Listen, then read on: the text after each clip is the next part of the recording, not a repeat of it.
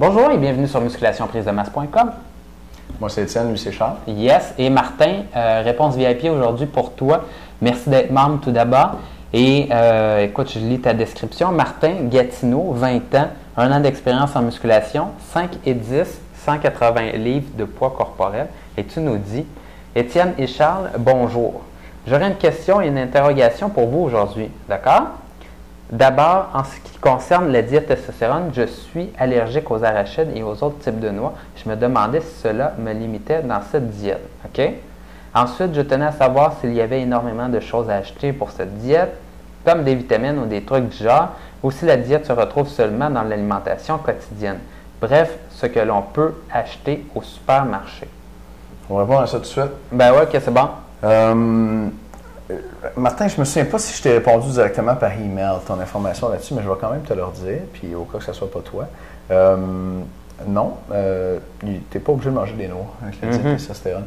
Il y a une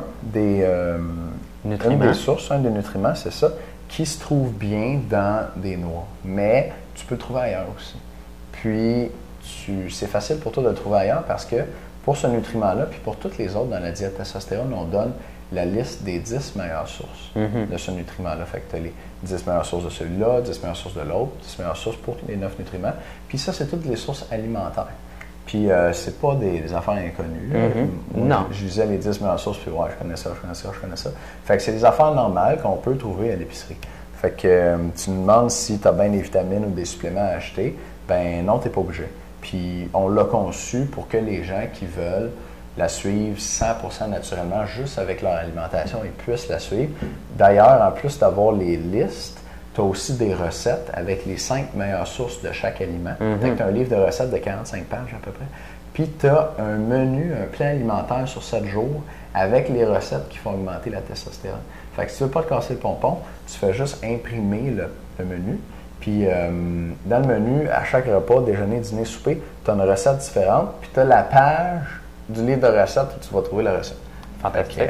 C'est pas beau? C'est pas beau. Là, tu as juste à. Tu ouvres ton livre de recettes, tu checkes ça dedans, puis tu as tes recettes qui font augmenter ta testo, puis tu peux tout acheter ça au supermarché. Sinon, tu vas au magasin puis tu achètes le petit pot de supplément et tu avales ça le matin et c'est fini.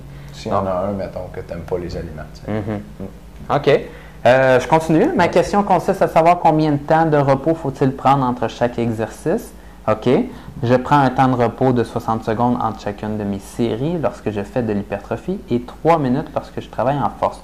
De plus, je voulais savoir si le fait de faire 9 exercices de 2 séries par entraînement est une bonne façon de faire. Désolé si ma question est chargée. C'est correct, Martin. Écoute, on va commencer par la première partie. On a vu bien pire. On a vu pas mal pire, hein? Vas-y. OK. Tu nous dis 60 secondes entre les séries. C'est parfait. Écoute, selon la littérature scientifique, ça va de l'ordre d'à peu près entre 30 secondes de repos à 1 minute et demie de repos pour l'hypertrophie. Et ils ne s'entendent pas exactement sur la quantité qui est idéale. Donc, moi, je coupe la poire en deux. Je mets principalement 1 minute habituellement. J'aime varier un petit peu une fois de temps en temps. Sinon, là, tu nous dis 3 minutes lorsque je travaille en force. Le secret, c'est qu'en force, tu as besoin d'à peu près un 5-6 minutes de repos pour vraiment repartir vraiment fort sur une même série d'un même exercice. Donc, ce que tu vas faire, c'est alterner en 2 exercices. C'est vraiment le secret. Ce qui va arriver, c'est que tu vas faire ton premier exercice. Tu vas prendre, par exemple, 2 minutes ou 3 minutes pour aller faire un autre exercice. Tu fais celui-là. Pendant que tu le fais, ça va te prendre à peu près 1 minute le faire. Tu reprends un 2-3 minutes de repos et après ça, tu reviens à ton premier exercice. Et la magie là-dedans, c'est que si on compte 2 minutes, 1 minute pour faire l'autre exercice, 2 minutes encore, ça va avoir pris 5 minutes avant que tu retournes à ton premier exercice. Et là, tu as un 5 minutes de repos et ça va être encore plus profitable pour toi. Oui, bien d'accord avec ça. Et le 60 secondes entre les séries en hypertrophie, c'est bon, c'est très bon. Mais toi, tu me dis, là, de la façon dont tu parles, Martin, tu as l'air de faire toujours 60 secondes. Toujours 3 minutes en force. Je t'encouragerais à varier ça de temps en temps. Fait que des fois de faire du 50 secondes, des fois de faire 70 secondes. Puis ça va varier ton stimulus d'entraînement, puis ça va t'aider à prendre du muscle parce que ton corps ne s'adaptera pas. Si tu fais tout le temps du 60, là, mettons, toi, ça fait 1 an que tu fais de la musculation, tu as tout le temps pris 60 secondes, là, essaye 85 secondes, 1 minute 15. Puis, non, ça fait 1 minute 25, en tout cas. Tu vois ce que je veux dire? Essaye une différence. On va dire 75 secondes, OK? 1 minute 15, puis tu pourrais être surpris, puis tes muscles aussi. Mais toi, tu nous demandes combien de temps de repos prendre entre chaque exercice. OK? Pas en chaque série, mais en chaque exercice. Si tu fais plusieurs exercices pour le même groupe musculaire, l'idéal, c'est de prendre le même temps de repos que dans tes séries. Fait que si tu es sur du 60 secondes, tu fais du 60 secondes. En changeant d'exercice, tu vas changer un peu la façon dont les muscles travaillent. Tu sollicites le muscle différemment. Puis si tu as plus que 60 secondes, c'est pas la fin du monde. Tant que tu t'en tiens à 60 secondes entre les mêmes séries d'un même exercice. Si tu fais des exercices pour 2 groupes musculaires différents, là, c'est vraiment pas important. C'est vraiment pas important. Tu pourrais travailler, par exemple, un muscle du haut de ton corps le matin, puis travailler tes jambes le soir, puis ça serait pas grave que tu ailles autant de temps entre les deux. Donc, ça, c'est pas grave. Même, je t'invite à récupérer en masse entre tes 2 groupes musculaires. Le temps que toi, ça te prend, mais c'est vraiment le temps entre les séries qui est plus important. Absolument. Puis après ça, tu nous dis, tu fais 9 exercices, 2 séries par entraînement, ça fait 18 séries par entraînement. Est-ce que c'est une bonne façon de faire? Oui, c'est une bonne façon de faire.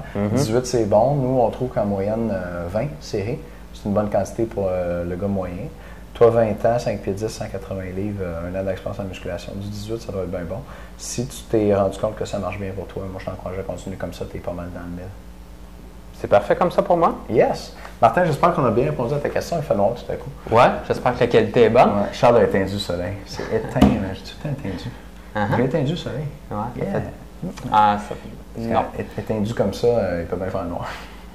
Fait que Martin, j'espère qu'on a bien répondu à ta question. Si tu en as d'autres, je ne pas pour nous écrire. Merci d'être membre avec nous. Et puis, on se reparle bientôt. À bientôt. Ciao.